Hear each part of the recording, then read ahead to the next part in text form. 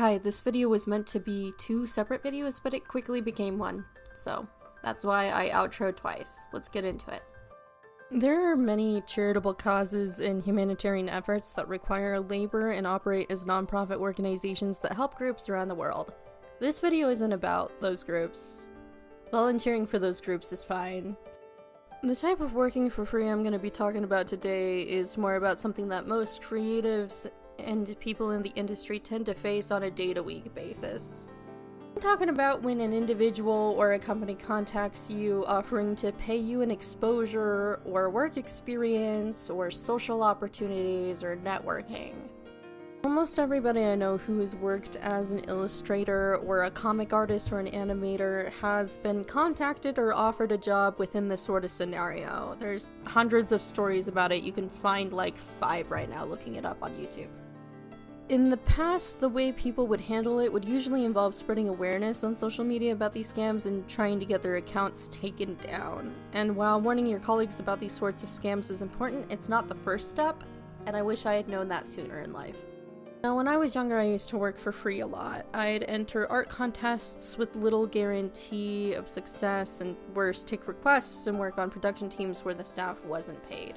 I thought the work experience would be good to have on my resume and would open more doors for me in the future to make money later. I could not have been more wrong about that.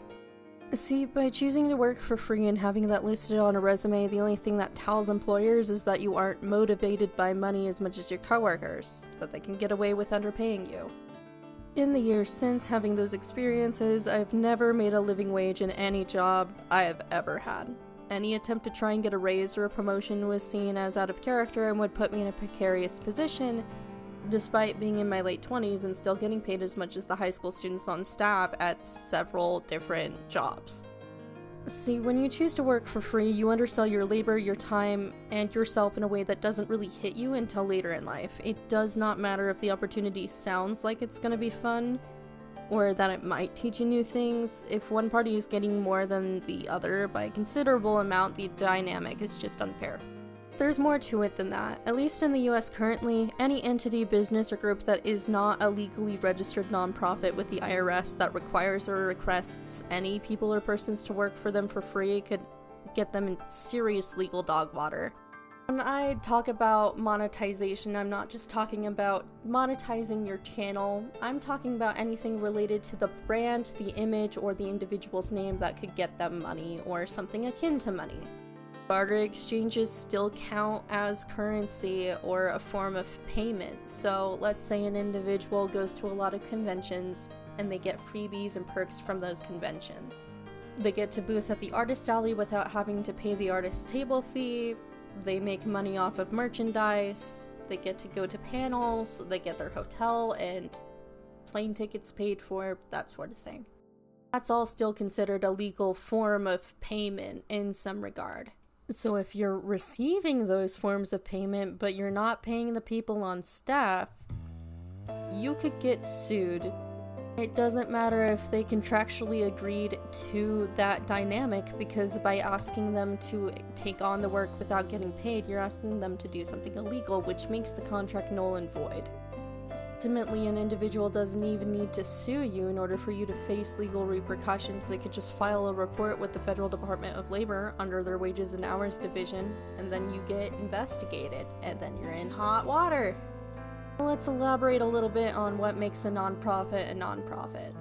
In order for an organization to be identified as a nonprofit, not only does the proper legal paperwork need to be filed, but they also need to provide either public services or humanitarian work, or be a religious institution, or provide educational or scientific advancements.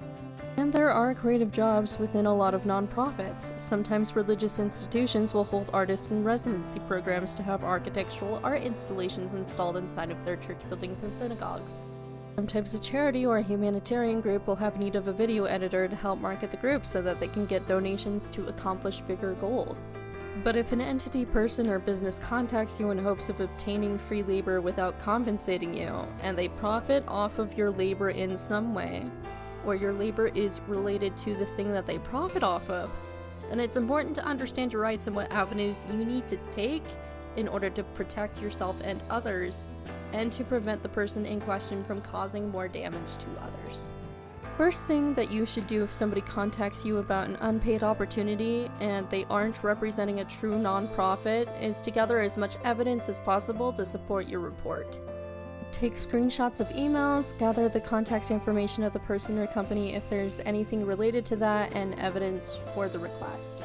Do not let them know that you are filing a report, as that could result in retaliation.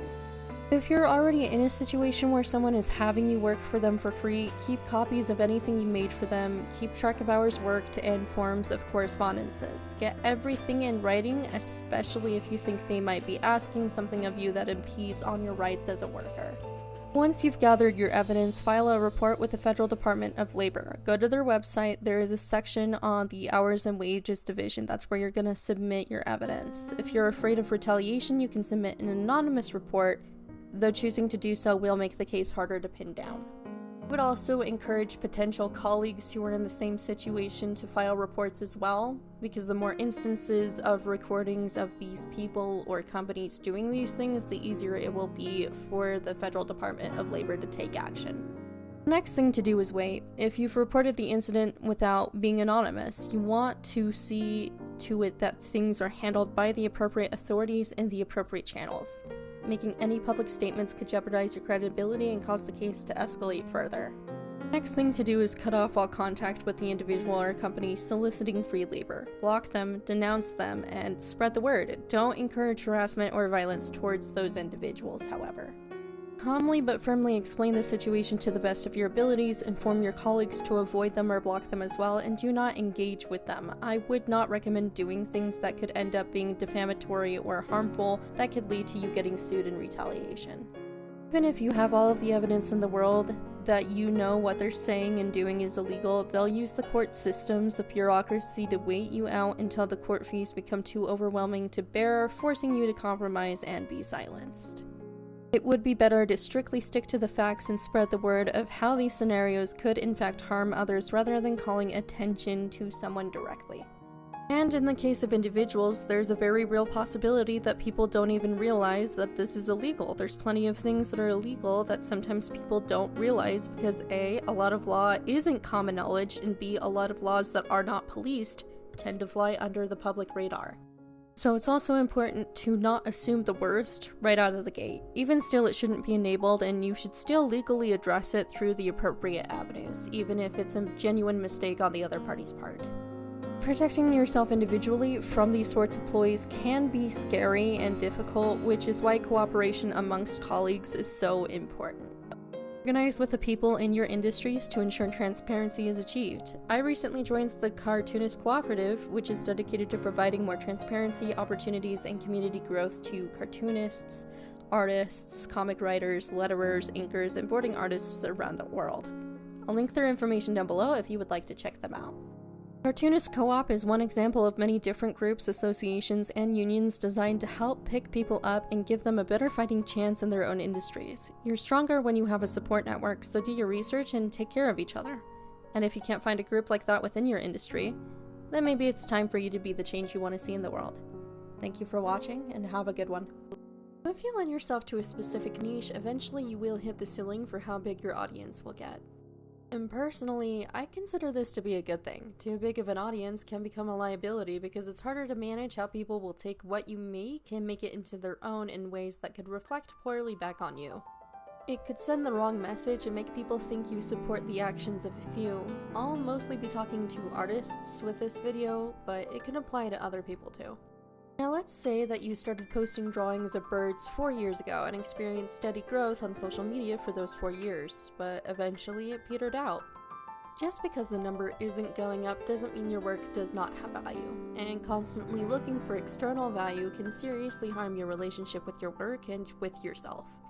Your bird drawings are great, but not everyone is into birds, and not everybody has Instagram. In fact, a lot of people are stepping away from Instagram and Meta as a whole because of the direction that the company is going in. Slow and steady growth comes with consistency, predictability, work ethic, and passion, but it isn't guaranteed, and sometimes the market for your birds just isn't on Instagram. In fact, if you make bird-specific content, you should be on Tumblr. But birds aside, let's talk bigger. So you were a decently sized YouTuber some years ago. You covered children's content or specific TV shows. Now your growth has stunted or completely petered out. You go to conventions and people say, "Oh, I used to watch you all the time growing up," and you get insecure about that. You ask, "Well, why did you stop?" First of all, don't ask that question. The answer to that question should be obvious to you. It's that they've grown up. Your audience isn't children anymore. They aren't interested in that show anymore. Or maybe they're a little nostalgic for it, but not enough to keep watching it and not enough to keep watching your reviews on it. Maybe as they got older, their taste in media changed and their taste in media being reviewed changed. Maybe you didn't expand upon things, research more, delve deeper. You gave something that was surface level and they're no longer entertained by something that's surface level. Or perhaps you've lost your passion for your work and it shows in your scripts. They aren't written as well, or you don't do as much research. The less authentic you are in what you put out, the more people can and will notice it. Your growth in numbers has stopped because your audience grew out of what you were making and the next generation isn't interested in that content because they are not currently growing up with it. Now, making content for kids on YouTube and reviewing content made for children can be more lucrative because it appeals to children, and children have more free time after school. They have more energy, they can stay up later. When you're making content for those kids, they're going to engage with it a lot more enthusiastically, but eventually they'll become teenagers and they'll lose interest in the things that they liked as kids. Or they become adults and they have more responsibilities, and they learn to let go of those things because they are no longer as important as other things in their life. You're not going to hold on to you, and that can be sad for you, but you can either rebrand and start making content for your old audience that grows with them in a similar way to what Smosh did, or you can keep clinging onto old systems that no longer service you and they will hold you back and pull you down, or keep you in a niche. Being in a niche can be a good thing and it can also be a bad thing, and if you're seeing it as a bad thing, then it's kind of like being in a trench. It's hard to get out of it, and doing so requires a full rebranding most of the time. Oftentimes escaping that niche is a slow process so you don't fully alienate your previous audience before moving on to the next one. Niches don't usually see a lot of growth. They'll usually see the occasional trend, ride it quickly, and come out on the other end of the same curve that they were before. What niches guarantee is a loyal and consistent audience, as small as it may be, that's incorporated you into their daily lives, and that should not be taken for granted either as a content creator.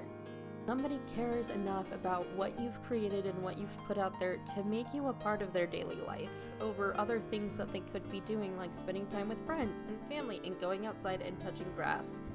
And that may not be the healthiest thing, but you should be appreciative because it does benefit you and it does help you. So being dismissive of what you currently have comes across as rude and honestly a little entitled. Now back onto the topic with artists. Sometimes when artists get frustrated about their social media growth or presence, or when YouTubers get mad because they haven't had any new subscribers in a while, I think they neglect to realize what they've always had right in front of them. And that's their support system that's been there the whole time. I've talked about parasocial relationships before, and I don't think it's healthy to encourage people to engage with you in a way that doesn't set a professional boundary, but at the same time, you're still a part of their life, and in a way, they're a part of yours because they're supporting what you do, and you should not take that for granted. So if you're in a rut or a niche, you have a couple of options. You can remove yourself from your niche, cover generic content, and try to grow bigger and invest more into production if and as money comes in. You can appeal to your old audience with a new coat of paint or recreate yourself for a new audience entirely, but you cannot force growth if what you are making doesn't appeal to everyone, or worse, what you're making is just kind of okay. Not everybody is going to be into what you're trying to produce. You need to understand that if your interests are niche, then your audience is going to be niche, and your numbers are going to be small, and that's okay. We all still have things to learn. You have to learn about marketing, you have to learn when too much marketing becomes harassment, you have to learn how to schedule and prioritize your time, and you have to learn how to roll with unexpected scheduling issues. You have to learn how to pitch yourself to others and to yourself, and how to act, and what sort of tone works for what content or what art. And if you're running an art account, you have to stick to specific art styles or themes if you want to grow as well. Constantly changing things up doesn't build a consistent audience because people aren't just looking for art's sake most of the time. They gravitate towards specific subject pieces and specific themes. And what I'm trying to say is that I would warn against getting too caught up in the numerics of it all. Numbers can help you get other opportunities like sponsorship deals, commission sales, collaborations, and the like. But if none of those things matter to you or help you in the long run, then personally, I would just recommend focusing on your craft. Take it one day at a time, and the second you post something, don't rush to the notifications. I have notifications on my phone turned off for about everything except for texts, because I want to be focused on my work when it's in front of me, and engagement can also be a distraction in of itself, honestly. It's important to take care of yourself first and your career second. The statistics should be tracked, but not stalked, if that makes sense. Document them like once a month if it's tied to your income.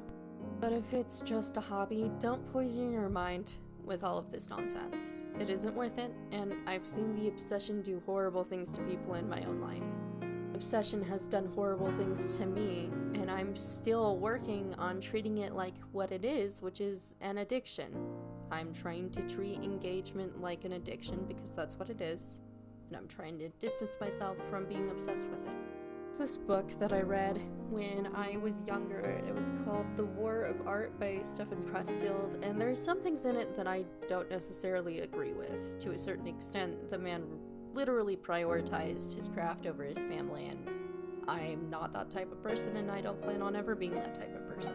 But something from that book that has stuck with me for this entire time is once you've made something, bask in it for a little bit, for as long as you would allow yourself to, and then start working on the next thing, because you're about to make something much more cool than what you've already made. That's what I think anyways. So, thank you for watching, have a wonderful day, talk to you later, have a good one.